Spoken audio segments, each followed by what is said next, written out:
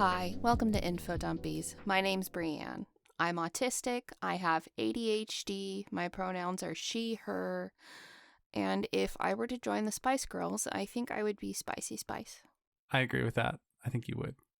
Hi, I'm Violet. My pronouns are she, her. I have ADHD, and I think my favorite food is probably macaroni and cheese pizza because it's a combination of two of my other favorite foods, macaroni and cheese and pizza. Macaroni and cheese pizza? Yeah, have you ever had it? I mean, I have at a Cece's Pizza a long time ago. It's the best of both worlds. It's really, okay, the stuff you and I chose is going to be extra funny when we get into the rest of this episode. I love that. I'm very excited. Yeah. So I don't want to scare you. It's a light topic today. It's food, white supremacy, and the far right. Uh-oh. I really hope you're not going to tell me that macaroni and cheese pizza is rooted in white supremacy. No, I'm not going to ruin macaroni and cheese pizza for anyone. But the flavor profile of most no one's food is getting shit on. So I'm partly doing this because lately a bunch of people have been telling me to kill myself on the internet when I post anything on social media. And it's usually people who, if I say something about certain day-to-day behaviors inherently being political, and sometimes people who might not realize it are engaging in talking points that are that of the far right. People get very angry when they experience the cognitive dissonance of, I'm not on the far right, but I also believe that, and I want to keep believing that. So a lot of people on the internet get angry when I point out some things are white supremacist dog whistles, and I found myself kind of afraid to post. So since I was afraid to post, I'm going to make a big podcast episode to help me with kind of some of that fear, because I don't like being afraid to do something, so I'm just going to do like a really big episode where some dick butt is probably going to go, actually on Spotify, but whatever. I sincerely hope that anyone who is mean to you on the internet gets food poisoning so bad that they shit so fast and hard that in the blink of an eye they look like a California raisin. Thank you. Because everything within them just goes into the toilet where it belongs so fast. Thank you, baby. That means a lot. Thank you. Well, we are going to start. Most of what I'm going to talk about is modern stuff around food, but as an example of how food has always been political and how white people use food to distinguish themselves from non-white people, and how the wealthy always use food to distinguish themselves from the poor or those they see as the working class. We're going to go back to medieval times. Relax. No, don't get excited. Not the restaurant. Yeah. Not the restaurant. That's overpriced anyway. So have you ever heard someone for the sake of argument for not putting a lot of spices on their food say, yeah, well, I want to taste my food? Yeah, I have heard that. Yeah. Unfortunately, a lot. White people love that. Did you know it's rooted in sort of racist cooking ideology that took over in the Middle Ages? I didn't, but that does not surprise me in the slightest, because I always felt like it was such a, like, I'm sure you've heard the phrase, don't yuck my yum, right? Mm-hmm. I feel like it's the most yucking of someone's yum that you can possibly do, to say, not only do I think what you're eating is bad, I am superior to you for not eating it that way. So that is the hypothesis of the whole episode. White people have found a way to do that forever. Damn it. Since white supremacy was born. In most of the world's cuisines, flavor is built by layering distinct contrasting flavors. And this is according to anthropologist Tulasis Renivas, who studies food and globalization. But in contrast, in a lot of Western cuisines, especially European, ingredients that, quite literally, on a molecular level, share many of the same flavor compounds are chosen as complementary flavors and put together. There's less contrast, less complexity. Yeah. And like chocolate and bananas and whipped cream and sweet stuff, and then like savory stuff. No, not even to that degree. Like, if you look at, I mean, French cuisine really is big in this. Look at mirepoix. A lot of those aromatics of the celery, the onions, the carrots, those have a lot of overlapping flavors. Yeah, that's true. You pair leeks and potatoes. You pair all of these other things that have these, like, on a molecular level, the volatile compounds that are perceived to us as flavor, there is overlap. Yeah. So there was a study done in 2015 at the Indian Institute for Technology in Jodhpur that basically was like, why is Indian food so yummy? Which is a study I can totally get behind. I'd love to study that again soon. Yeah, so they were trying to find the scientific reason for why the way spices that are used in Indian food turn out so fucking good. Like, why? Like, what's the science behind it? So they looked at more than 2,000 recipes of some popular Indian cuisine. As far as I know, it was from across the entire country because Indian food varies quite a lot regionally, but I think they just took 2,000 recipes across the entire country. And they analyzed the chemical components of those ingredients that were responsible for giving food its taste. Oh, very cool. I love when they do that. There's a term for that. It's like a mass spectrum analysis, I think, or something like that. Yeah. So the study showed that these recipes tend to pair ingredients with very little overlap in flavor compounds on the molecular level. That makes sense. That sounds like what you ought to do with spices. Like, oh, I need a little bit of this because this is missing. Balance. And then it's balance. You're balancing things. You're building a chord, like a musical chord. Exactly. And so you don't want something discordant. Yeah. So, and you can get in, and this gets you into more interesting chords than maybe just the major chords. It gets you into some other chords that sound great, but it's just not your basic ones. Back in medieval Europe, the rich would season everything. Up until the mid-1600s, European cuisine did the same exact thing rather than pair similarly flavored ingredients. They were just using, obviously, some of the same spices, but just kind of, they had a different spice cabinet going on, but they heavily spiced stews and stuff with like cinnamon and nutmeg and ginger and all sorts of things. That was a thing the wealthy did. So in medieval Europe, only the wealthy could afford that. But when Europeans started colonizing India and the Americas, the spices they stole from those places began to pour into Europe. That makes sense. So now the spices were much more accessible and they were cheaper. And what used to be used as something that was exclusive was now accessible to the masses. And the rich did not like this. Yeah, that sounds about right. That sounds about, even today, rich people will shy away from something they genuinely like if it becomes too popular, it seems like. You know what I mean? We'll get into that with food, because when it meets with the Protestant Reformation and the whole your health is also a outward sort of indicator of your morality mindset, it kind of changed. That's going. Yeah. But there was a quote from Krishnendu Ray, who's an associate professor of food studies at NYU, that I like just succinctly explained it. The elite recoiled from the increasing popularity of spices. They moved on to an aesthetic theory of taste. Rather than infusing food with spice, they said things should taste like themselves. Meat should taste like meat, and anything you add only serves to intensify existing flavors. So this is where European chefs started making sauces based on meat stocks. It's where gravy got born. Yeah.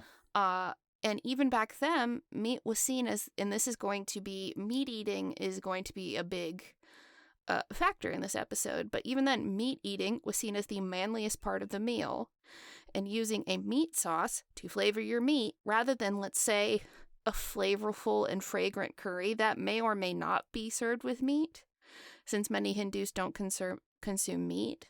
They went with meat on meat and once again pushed away the thing and further othered the people who use these spices. And I can say, as a white person raised in the US, there's absolutely still a concept of meat needs to be part of every meal, right? Oh, yeah. For a lot of people. Yeah. Growing up, I can't even remember how many times I heard my dad say, "That's not dinner. You got to get some kind of meat on there. You need a meat of some sort, not a protein, a meat." Yeah, so growing up in Texas, when I went vegan, and I'm not going to be preaching veganism in this episode, don't turn it off, for God's sakes. I say I'm vegan, and people immediately get angry at me, which part of this episode will explain why, because I'm not going to preach that at anybody. But the minute they find out, it's like, oh, you got to tell everyone. And the person who's like, oh, you got to tell everyone you're vegan has been trying to get me to eat the charcuterie plate for the last 30 minutes and wondering why I won't eat it. And when I say, no, thank you, they shove meat in my face. And I'm like, I'm vegan. And they go, you always know. Right. I might be speaking those vegans from experience. Always telling everybody. Yeah, I might be speaking from experience from a certain get-together where someone was like, oh yeah. Jesus Christ. Yeah, ever since I became a vegetarian, there have been numerous occasions where someone's like, hey, do you want this meat thing? And I'm like, no. And they're like, you sure it's a good meat thing? And I'm like, I don't eat meat. And they're like, oh, that's super weird of you. And then everyone suddenly becomes a dietitian. Right. But anyway, regardless, the theme of you have to have meat, what is wrong with you if you don't eat meat, is ongoing. But yeah, and this isn't universal, so like, the Brits were the ones colonizing India, and even though they eschewed spices and everything else, they were like, ooh, if we anglicize this northern Indian dish, we're gonna get something called tikka masala, and that's considered to be our national dish. And we're going to dip our fries in a curry sauce. So there's some remnants. Not a lot of flavor in other things. Yeah. But some of the stuff they colonized, they're like, we'll keep that. I have this split up into sections. Part of it is, why is the far right so obsessed with animal products, specifically meat? So we can see back to medieval times, the meat is manliness thing was still pervasive back then, and we've still got it today. So this, and again, I don't want the meat eaters to check out. Again, I'm not preaching veganism at you. I'm looking at this through the lens of the ostentatious consumption of meat and the outright derision and aggression towards anything that suggests eating more plants is bad or pussy behavior. So I'm specifically talking about that. Yeah. Yeah. So to kind of figure out what we mean by the far right and the ideology and right-wing ideology, I'm going to give us a little framework for looking at right-wing ideology, just so we have a lens through which we look at these foods. So scholars have found there are these two dispositional dimensions, or character traits, like character features, that are the underpinning of right-wing ideology. So I think these are good to keep in mind as we look at attitudes towards food. So there's something that they shorten to RWA, which is right-wing authoritarianism. And this is uncritical submissiveness to authority, aggression to those who subvert the norm, and cultural traditionalism. Got it. The other one is social dominance orientation.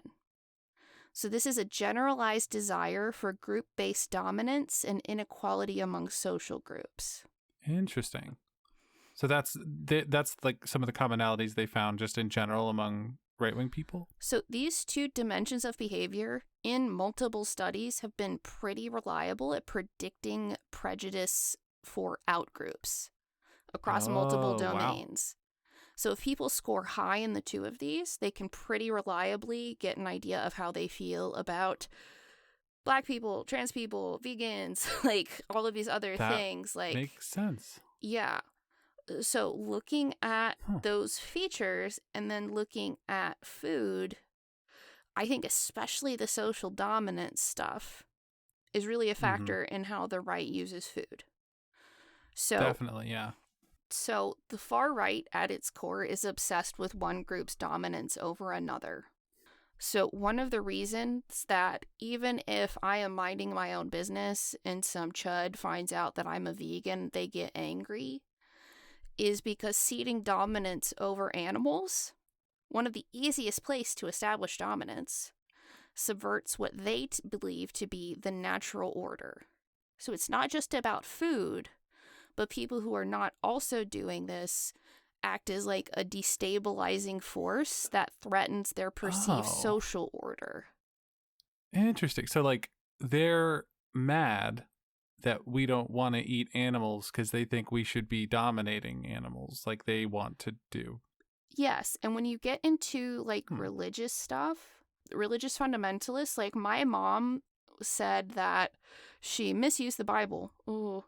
That I was a false prophet because Paul said that those who do not eat meat are false prophets, even though I pointed out to her that the original word also meant food. So in this context, those that are telling you not to nourish yourselves are the ones who are the false prophets, which of course she didn't listen to that.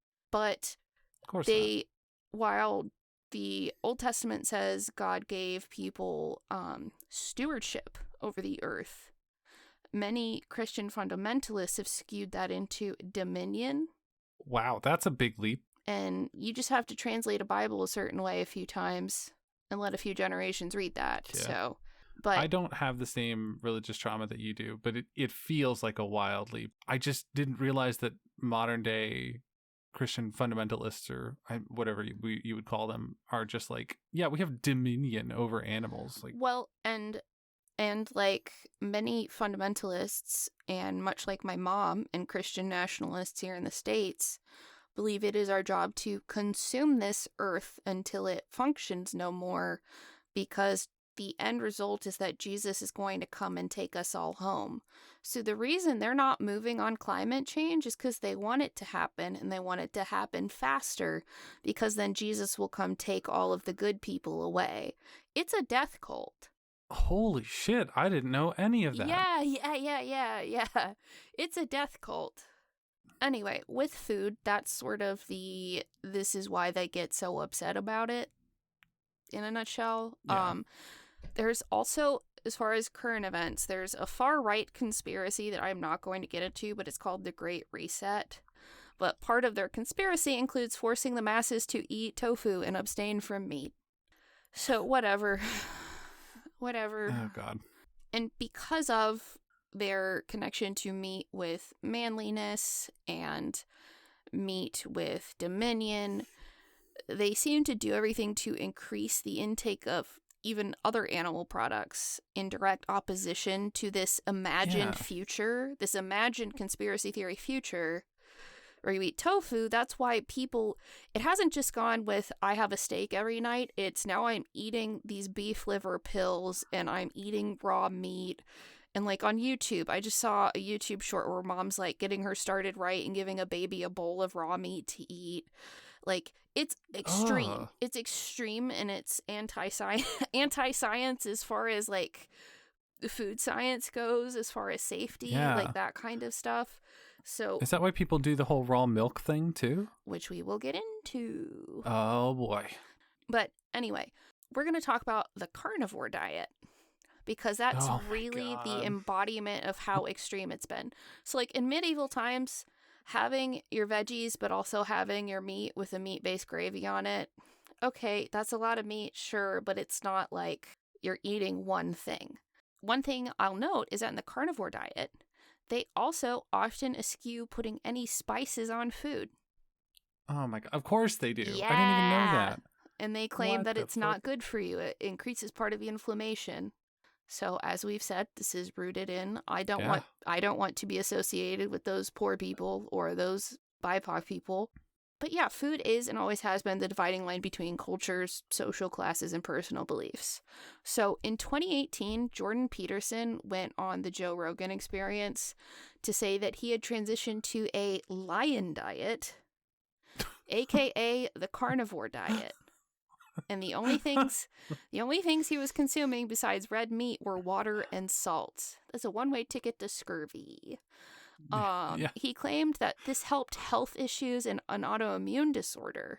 And from this, and one other guy I'm going to mention later when we get to seed oils, who is also on the carnivore diet, it kind of exploded amongst the exact type of people you would think would listen to Joe Rogan. Yeah. Oh my God. And one of the ironies is I've seen many dietitians explain that these people probably did have some autoimmune relief with this diet, not because it's a good diet that anyone should ever do, but since it actually eliminates a lot of potential trigger foods. So there's something called the autoimmune protocol diet that you can do under the instruction of a dietitian, where you strip back a lot of foods that certain autoimmune disorders may have reactions to. But the goal is to reintroduce foods and figure out what your precise triggers are so you can eat as much of a variety as possible, not to eat two things forever. And it's meant to be done. As soon as you started. Yeah.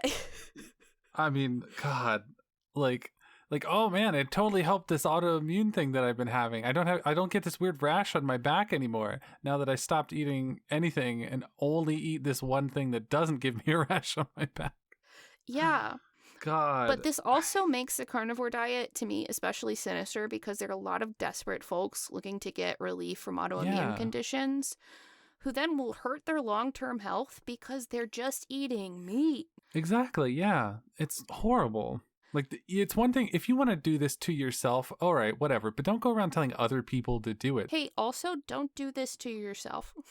Yeah, also don't do this to yourself, please. You probably deserve better. You need vitamin C, you need fiber. Your brain's preferred source of fuel is carbs.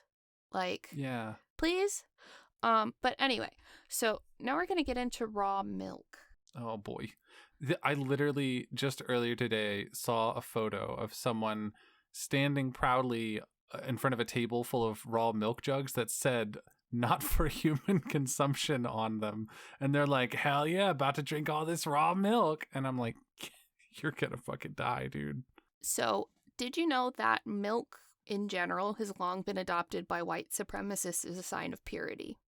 That makes sense. It's very white and very not much else. So if we keep with the trend of, okay, meat was associated with the right because they associated it with manliness, and now they've cranked that up to 11, and the carnivore diet is popular, it makes sense that the white supremacists already liked milk, and now they're cranking that up to a more of an extreme and making it raw milk. So anti-intellectualism is always riding along when fascism is around, and anti-intellectualism has been on the rise.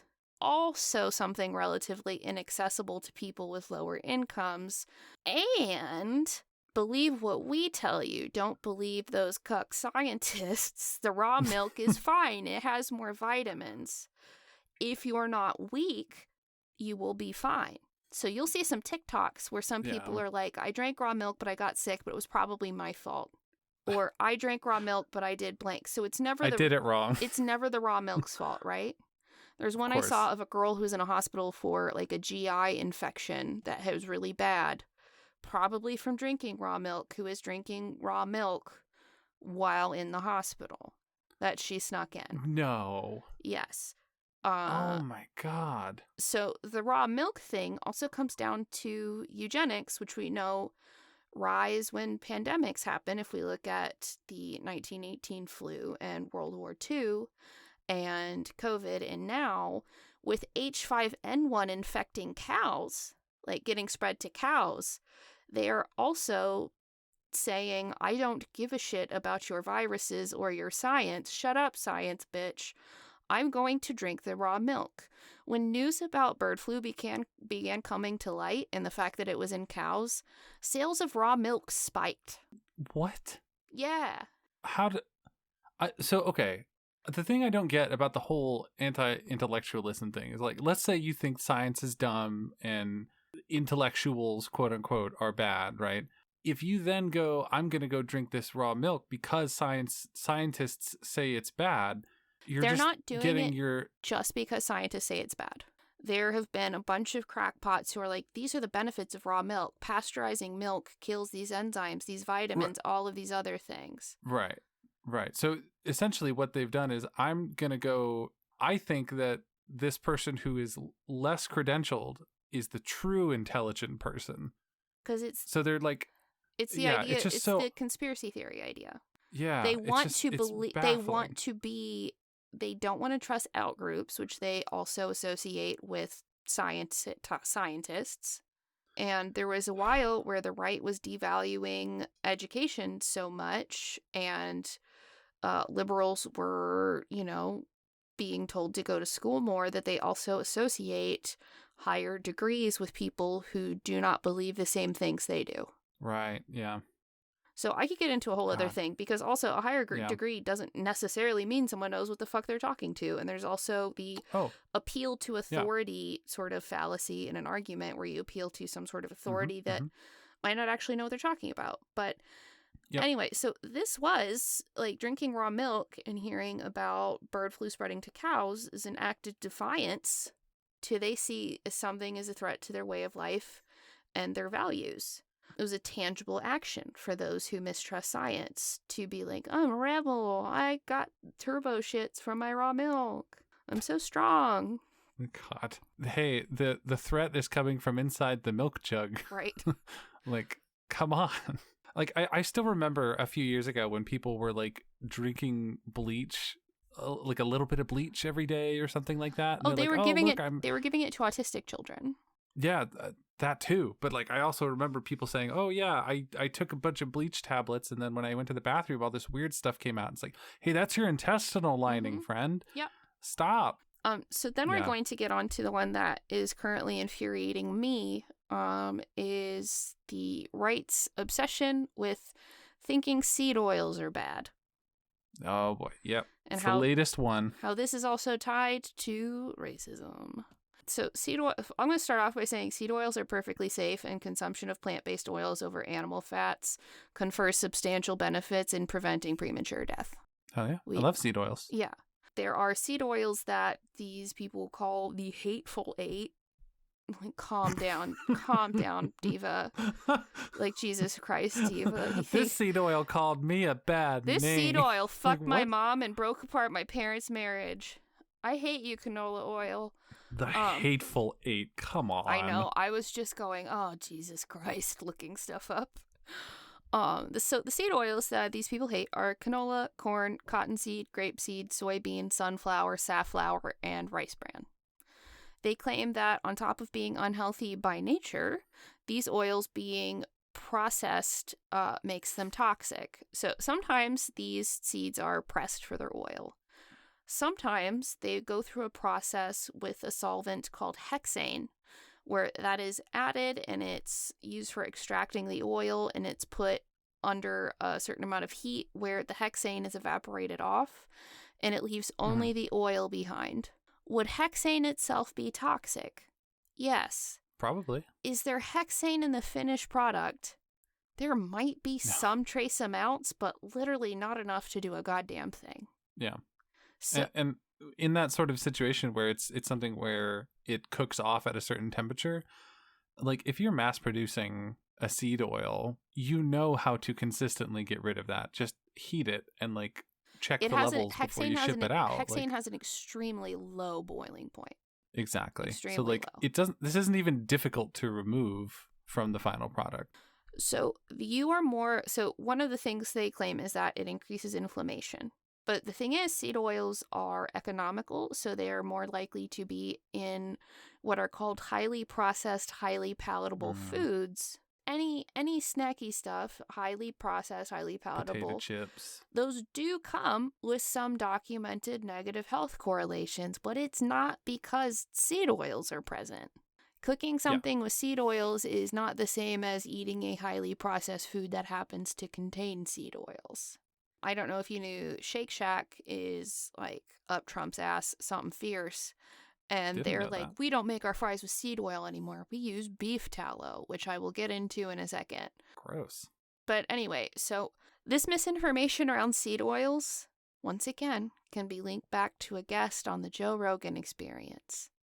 A whack job named Paul Saladino, who just tells people he's Dr. Paul Saladino, but bro is a psychiatrist. Who has been he's also been one of the biggest proponents of the carnivore diet.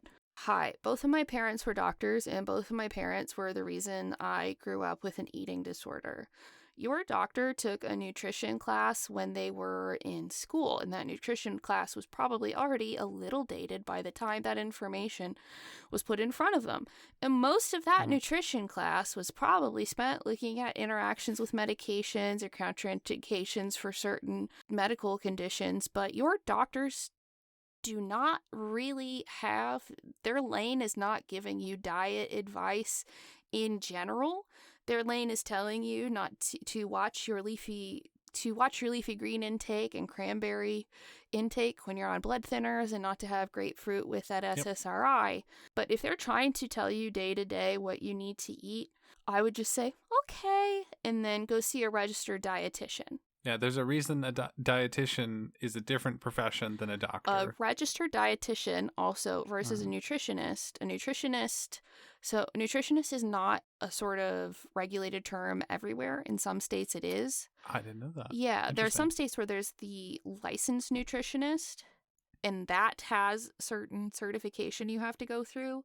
But also, the person who is qualified to give you dietary advice based on your certain medical condition is a registered dietitian. That's not the purview of a nutritionist who could help you with general diet help.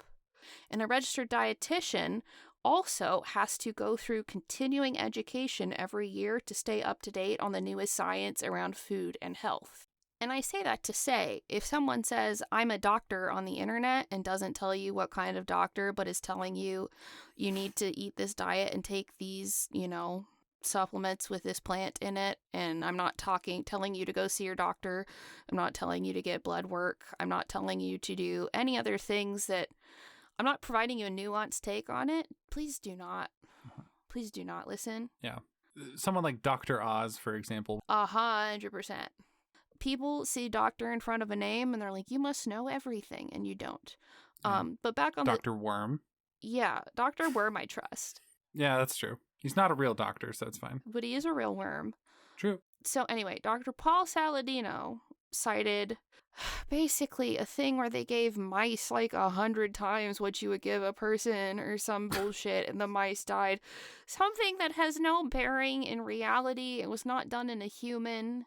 We dropped a jar of seed oils on this rat and it died. I dropped canola oil on this rat and it went bad. Yeah, we found in this study that rats cannot breathe canola oil, so it's bad for you. Bad. Don't eat it. I don't have the exact study because, honest to God, there are enough of them that show that seed oils are fine. Right. But the people that claim that seed oils are pro-inflammatory, but there's zero evidence that seed oils affect the blood markers on inflammation. They say the omega-6s in seed oils cause inflammation, but we actually have data to say that omega-6 intake is also increased to a lessened risk of cardiovascular disease. So if it just increased inflammation, that would be the opposite, don't we think? But whatever. Yeah. So they're claiming that beef tallow is the healthy alternative when we have a lot of data that tells us that diets high in saturated fat are directly correlated with higher risk of cardiovascular disease. These claims about seed oils also have the effect of framing cultures who frequently use them. It frames their food as being unhealthy by nature. The vilification of seed oils automatically categorizes foods across Asia and Latin America especially as unhealthy. Yep, that makes a lot of sense. Further othering these people and their cultures. So looking at Americans' attitudes about, right-wing Americans' attitudes about China and Mexico and Venezuela, and with current events, someone telling you to be afraid of an ingredient that is more common in these foods is just furthering the divide between you seeing them as people worthy of respect. Yeah. Oh, just like the whole MSG thing. Yeah, the MSG thing. Exactly. Finally, I'm going to talk about soy boy man boobs. So the I'm right excited. hates soy. When they talk about vegans, soy is the thing they always bring up. They talk about the soy boys, about how soy gives you boobs. If that were true, God, I wish. I would be fighting every trans femme in the Twin Cities area to get my tofu. Okay? Yeah. It's not. Same. I would be having tofu breakfast, lunch, and dinner. Yes. And the fear mongering against this, like I said, anything that encourages less meat is a threat to their way of life. Right. Which includes dominion over other things. This is a social thing. This also comes down to a racism thing. Oh, really? So yes. What countries typically eat soy? Asian countries. Yes. And who do racists tend to emasculate? Asian men. Oh, yeah. Asian men, for sure. So for them to say soy I see the connection is feminizing, that they're making. Yes, it's racist against Asian men. Wow. You're absolutely right. That connection makes total sense. I always wondered why they picked soy specifically, and it makes a lot of sense now. So the right believe that soy causes feminizing effects because it contains plant hormones called phytoestrogens. Even though a conservative probably could not tell you the specific phytoestrogen in soy, for our purposes, we're going to understand that there are different phytoestrogens. Yeah. And those phytoestrogens are absorbed differently by the human body because phyto for plant, we are not plants. We don't absorb those estrogens the same way. We're mammals. Exactly. So the specific phytoestrogen that is in higher amounts in soy is called genistein. So gotcha. Back in 1951, we learned that plants could contain hormones. And this was discovered. Didn't know that. Yeah, so this was discovered because 2 Australian chemists were given the task of discovering why there was, quote, an epidemic of infertility in sheep that was ravaging the nation's wool industry. Must be the soy. It was the clover. After 10 years, they discovered the culprit was a hormone found in the clover, very commonly growing there. The hormone was a phytoestrogen called genistein. Huh. So because that is the same phytoestrogen found in soybeans, this gets referenced a lot by people on the right saying that soy causes feminizing effects. This study was done 74 years ago. Yeah. I think 74 years ago, they didn't even have a good understanding of how germs work, let alone hormones. So, I mean, they understood germs. Baby, well, germ theory. People knew germs then. I'm bad at math, okay? Okay. So what these asshats fail to mention is that the amount of genistein that these sheep were consuming from that clover because it's all they eat. Was exponentially higher than what a human could get from soy. So in order to get the same dose of genistein that these sheep were consuming, you would have to drink more than 1,000 cartons of soy milk in a day, or 8,000 soy-based burgers, or about 800 pounds of tofu every day. Yeah, and my max is like 400 pounds at best. At best. But and I would be happy. I understand there's a big gulf between some feminizing effects and outright sterilization, like in the sheep. Mm-hmm. And in humans, the only real, I hesitate to say evidence, but there are some case reports, which if you know, so in the hierarchy of how valuable research is, a case report is kind of just above like professional opinion. That makes sense. So it's like, okay, cool, but I'm not going to change anything I'm doing based on that because that's a case report of like one person. But there have been a few case reports that looked at some feminizing effects, but those were 14 to 20 servings a day, potentially maybe being related to some feminizing effects. But even so, those are just case reports. Yeah, and again, that's 14 to 20 servings a day. Yes. That's so much. That's so much.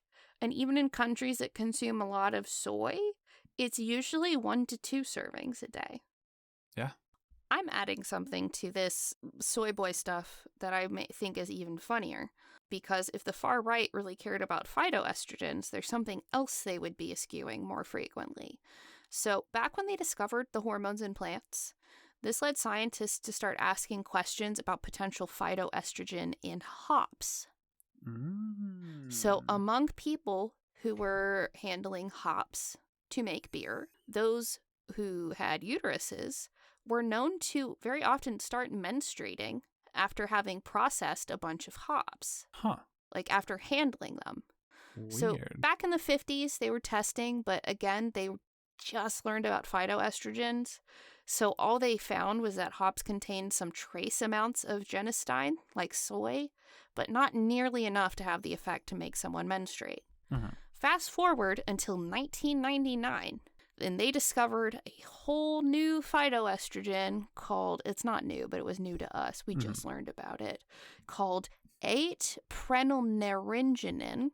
Oh, I love that stuff.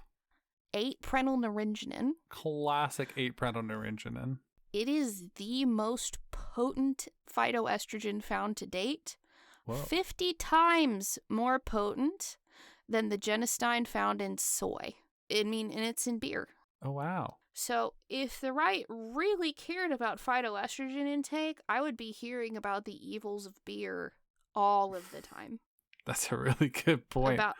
About how beer makes you womanly and gives you boobs. God, I wish. Right? Only it were that easy. You would have a drinking problem. Honestly, I probably would. If it was that easy, just drink a bunch and you'll get big old titties. All right. Well, there is something that they didn't know for a while with alcoholics, where those who did not have boobs do end up getting some gynecomastia if their alcoholism has led to some cirrhosis of the liver. And they used to think it was because of liver damage, because when you have excess estrogen in your body, that gets cleaned up through the liver. So they thought, their livers aren't cleaning out the estrogen. But learning about this phytoestrogen in beer, at least in some of those cases, explained why it was worse for some people who had alcoholism of that stage versus others, and it was related to beer consumption. Interesting. So just so we're clear, the phytoestrogen that's in soy is not nearly potent enough to really do anything to anybody unless you do nothing but eat it 24/7, 365. The one in beer, yeah. Interesting. Yeah. Yeah, the one in beer, yeah. You would have to, we know that any amount of alcohol is actually not recommended. There are no health benefits. Right. So drinking at all is not good for you, but the amount you would have to drink to have the quote-unquote feminizing effects is a lot of beer. But yeah, that's some of my information about the right and the relationship to food. And see, if you are a meat eater and you stuck with me, I promise I wasn't gonna be all veganism. Yeah. But everything we do is political. Everything we do has repercussions. And if you find yourself going, well, I don't want to eat that food because I think this about it, ask yourself why. Yeah. Do you have the scientific data behind that? Yeah. Or are you feeding into some right-wing agenda by being afraid of certain things? Yeah, everything is political. Put some spices in your food if you like it, but if you don't like spices, don't make it a matter of I'm somewhat superior because you are feeding into white supremacy. Yeah. And also, seed oils are delicious. This also was inspired by the fact that I was putting together a grocery list for Costco for Violet, and I was like, oh, these veggies look good. And on the veggies, it said very big, no seed oils. And I was like, God damn it. Either you're a fascist or you're catering to fascists. And either way, I don't want these vegetables anymore, you son of a bitch. Well, I am going to go mix a bunch of things together that the right would probably hate because our secondhand Ninja Creamy came in. And I'm going to freeze some stuff. I'm going to use guar gums. They also hate gums. So. They hate gums? Really? They hate gums. It's just a bonding. And yet they'll probably go and get Starbucks all day, every day. And they literally have a fucking dedicated pump for the Frappuccinos, which is just emulsifier, aka xanthan gum. Oh, yeah, and they're also getting injected with experimental peptides to lose weight. At Starbucks? Not at Starbucks. Just the same kind of people. No, nothing surprises me anymore. Yeah, because of losses for the boycott, you can now get injected with experimental peptides at Starbucks. The new experimental peptide frappuccino.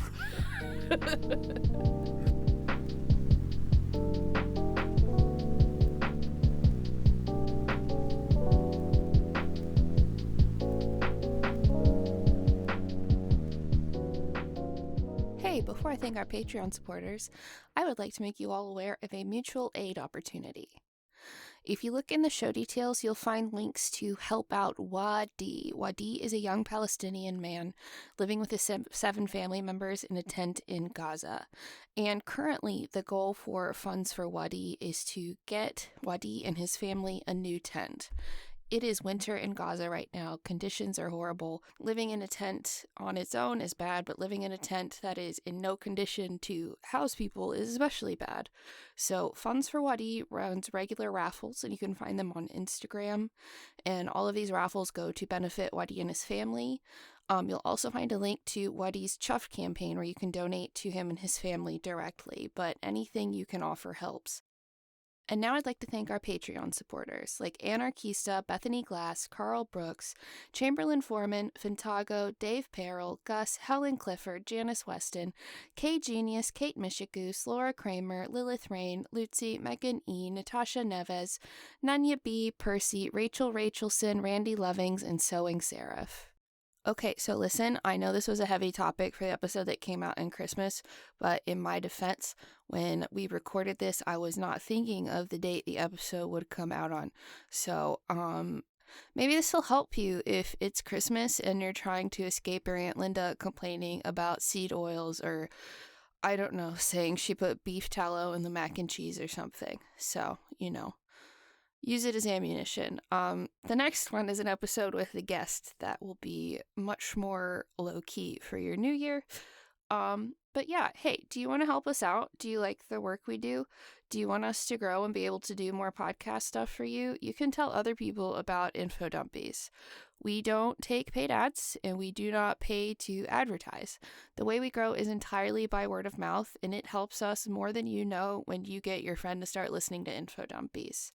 So if you have a, Facebook group, subreddit, Discord server, someplace where you think they would enjoy Infodumpies and you want to post about it, you want to tell a friend, maybe you want to force your family to listen to it on the road trip back from your Aunt Linda's house for the holidays, get people to listen to the show. It helps us a lot. If you want to help us even further, you can subscribe on your podcatcher of choice. This helps us get more activity in the algorithms, helps us get promoted to people who like similar shows where there's some overlap, and helps new people find us organically. You can also, if your podcast app has such a function, you can rate and review, like just leave a little couple sentence review of, a nice one, please, of what you like about the show to let other people know. Again, this keeps us active on those podcatchers, gets our show some more activity so that when someone does look at the page, they go, oh, people actually give a shit about this show. I should listen to it. And if you're in a place to support us monetarily, you can go to our show details to find a link to the Mixnomer Patreon page. There, you'll find tiers start at just $1 a month, and you will get bonus material for all the Mixnomer stuff we do. So if you like several of our shows, you can get bonus material for those shows. Like for today's Lucky Winner and for Murphy Bay Magic, we have raw video of our unedited recording sessions. So you can see me going, no, better, do it better, more better, to everybody in the middle of the recording sessions. Yeah, if you want to hang out with us, you can go to the show details and you'll find a link to our Discord server. It is fun. The vibes are great. We did a holiday card exchange. Mine are very late because AuDHD. Violet and I both were pretty late with that, but people are still getting holiday cards. And it's just great. Bethany in the Discord server organized that. It's not even something I did. The Discord server is full of such sweeties who want to do cute shit like send each other holiday cards. It's a cool place. It's a great, very supportive place. And if, you should go join. It's fun. It's the best Discord server. But that's all I've got for you all. Merry Christmas. Happy blessed Yule. Whatever you're celebrating right now, I hope it's nice. I hope your family is not too stressful. And I hope you have a beautiful new year. Until next time, clever sign off.